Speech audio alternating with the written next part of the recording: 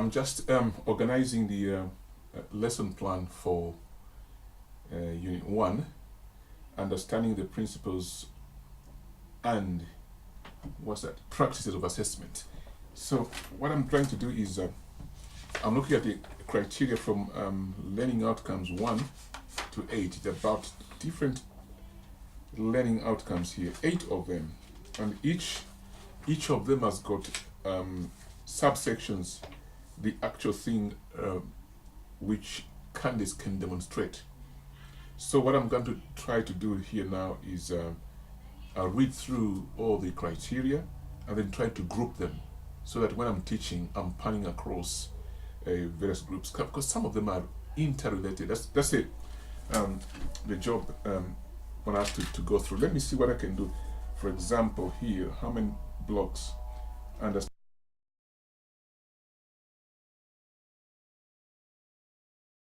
the principles and assessment. Understand the principles and requirements of assessment. There is understand different types of assessment methods. Understand how to plan assessments. Understand how to involve learners in understand how to involve learners and others in assessment. Understand how to make assessment decisions. Understand quality assurance of the assessment process. Understand how to manage information relating to assessment. Understand the legal and good practice requirements in relation to assessment. I think that is all. And now let me see if I can group these. I think there's a question of principles here. Let me see. Explain the functions of assessment in learning environment. Functions, key components. Let's see if I can group these into, say, functions of assessments. There's a functions of assessments. Okay. Function of assessment could be group 1, under which I think I can cover 1.1 itself, cover 1.2 itself. Function of assessments. Can I put the responsibilities of an assessor on its own? Responsibilities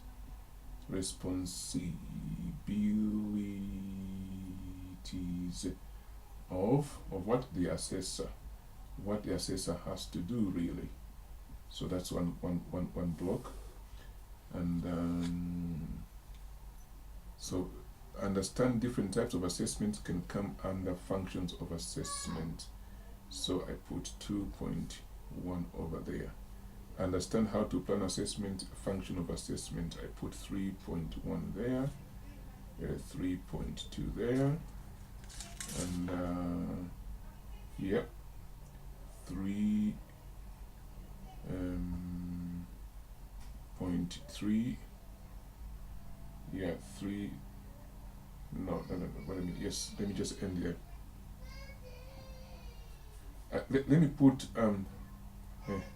risks. I put risks of assessment. I think that's another block. Risks of assessment. There I can put 3.3, 3.4, so 3.4 and 3.5. Let's see anything that deals with risk somewhere there. Anything that summarize types of information that should be made available to learners and others involved in the assessment process. I think that is also no. Anything that deals with the risk here. Let's see.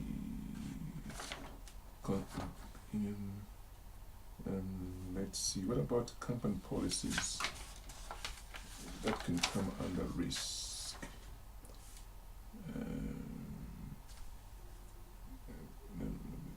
Maybe I can have another box on the regulations. Yes, regulations. understand the legal and good practice requirements in relation to assessment here. That is the 8 code regulations. So I put 8.1 there.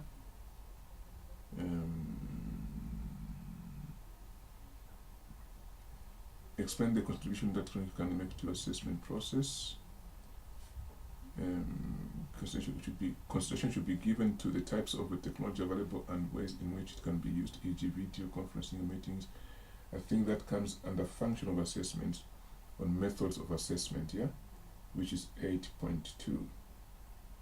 8.2. Evaluation when it comes to quality and diversity. 8.2 I think comes under risk of assessment. Equality, evaluate requirements for equality and diversity and where appropriate bilingualism. I think yes, this can eliminate the risk of failing. Learners may consider the requirements and apply assessment. Explain the value of reflective practice and the continuation. This one comes under CPD, now professional development. Responsibilities of an assessor is 8.4. You must develop yourself. 8.4.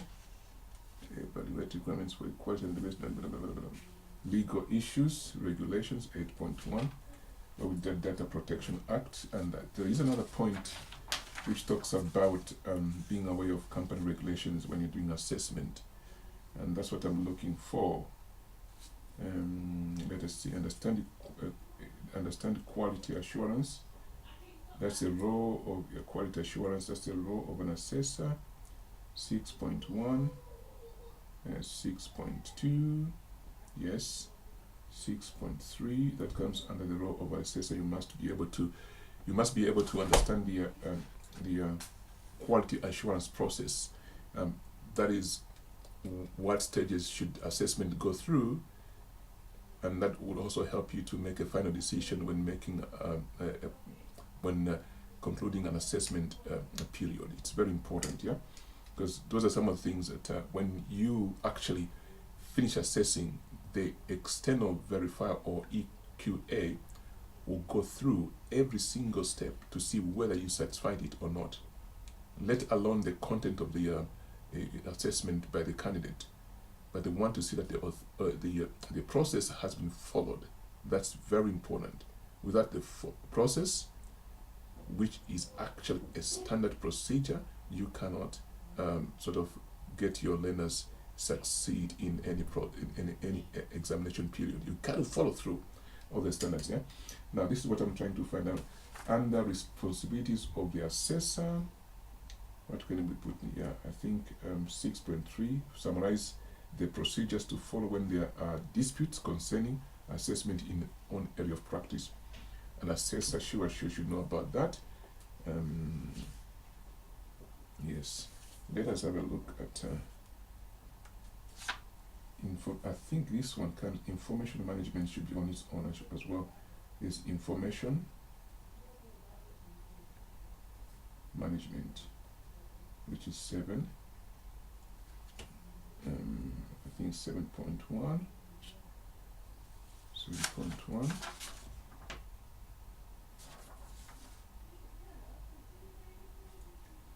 I think functions of explain how feedback. I think this 7.2 functions of assessment.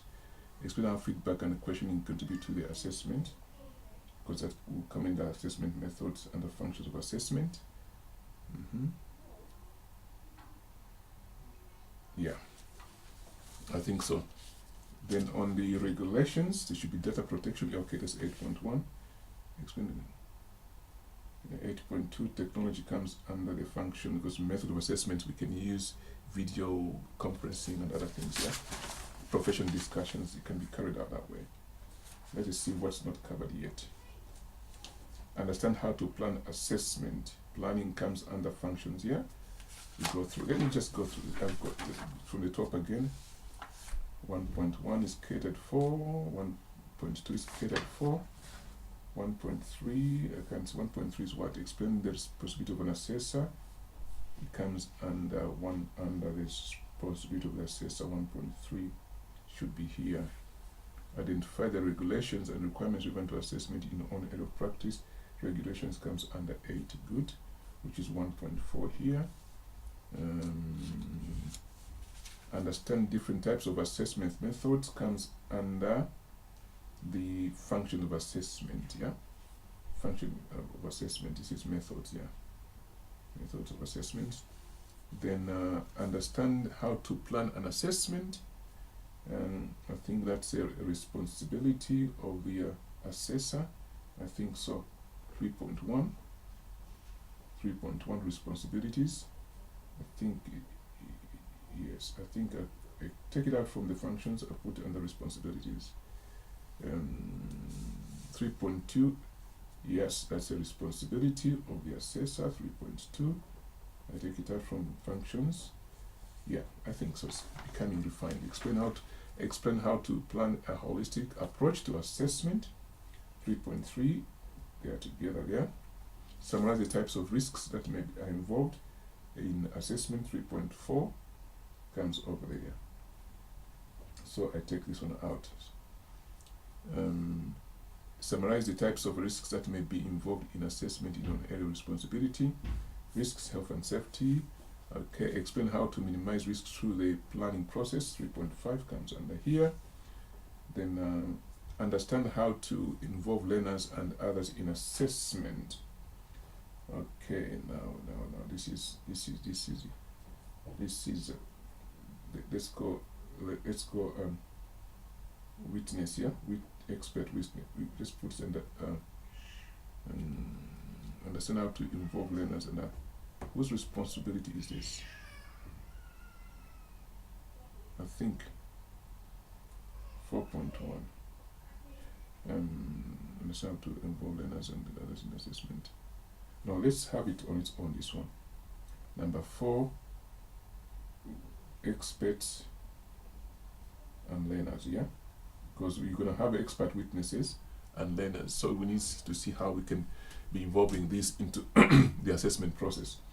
So we call this 4, understand how to involve learners and others into the assessment process. So 4.1 comes under here. Then we have summarize types of information that should be made available to learners and others. That's 4.2. It comes under information as well as this place as well, good. So which is very, if we meet it on one of these, we're doing a very good job. Documentation, policies, procedures, blah blah blah. Okay. Explain how peer and self-assessment can be used effectively to promote learner involvement.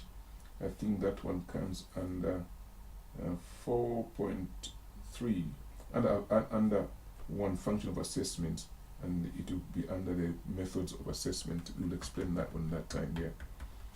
Okay. Explain how assessment arrangements can be adapted to meet the needs of the learner. So this is on the responsibility of the assessor. 4.4 planning planning and assessment, in which we look at time considerations. Is it suitable for the candidate? Confidentiality issues, yeah, and also what are the regulations in the work environment or whatever environment you're going to be assessing your learners, and the variation of assessment methods. What is a suitable method for each of the learners, depending on what you had in the diagnostic and initial assessment. That's very important. So we've got to begin to backtrack and look at the materials that we gathered at the onset of the assessment with each candidate. So I think that comes under responsibility of the assessor, because if you don't do this initial assessment, your plan won't be a good plan at all, because it won't take into considerations the needs of the learner. Okay, excellent. We continue. Understand how to make assessment decisions. So whose responsibility is that? I think that is the learner. Let's have a look. That's I think that's is the responsibility of the assessor. So 5.1. Yes, 5.2. Yes, 25.2, good, taken care of. Understand quality assurance and evaluate importance of quality assurance in the assessment process. Observation. I think this one comes under functions of assessment. 6.1 comes here. 6.1, 6.2, 6.3. Yeah, yes, very important. Yes, excellent. Understand how to manage information. That's okay. Explain how feedback works. Okay, that's part of it. Feedback process, questioning. Information, yes. Understand the legal and good practice requirements. Legal issues, regulations. So 8.1, 8.2. No. Yeah, 8.3 here. Not 8.2. Let's evaluate 8. Explain the value of reflective. That is I think that we needed a CPD here. CPD, continuous professional development. 8.4. 8.4, it is explain the value of reflective practice and continuous professional development in the assessment process. 8.4 there, CPD of the tutor. Excellent. I think we've got 1, 2, 3, 4, 5, 6, 7 main bodies, or in fact, CPD comes under responsibilities of the assessor. Let's just put it there, 8.4. The CPD is important. Yes, we can. I mean, the key issue here is not the amount of headers that you come up with, but the relationship between different pieces of information within the assessment criteria. Because you want your learning or your teaching or your assessing to be holistic and covering a wide range of criteria. That is to say, all these maybe more than 20 pieces of information that you could have taught sequentially. Objective 1 with its own learning outcomes, objective 2, etc., with their sub-learning outcomes. You find that these are actually interrelated. Whilst you mention one, you can't avoid but mention the other. So in order to teach it with the coherence and the clarity, we can now bring up several compressed headers under which you can group these things, so that when you're talking, there is that kind of organizations in the faculties, these mental faculties, yeah? There's organization. Somebody can actually relate to that point with that point because of the main header.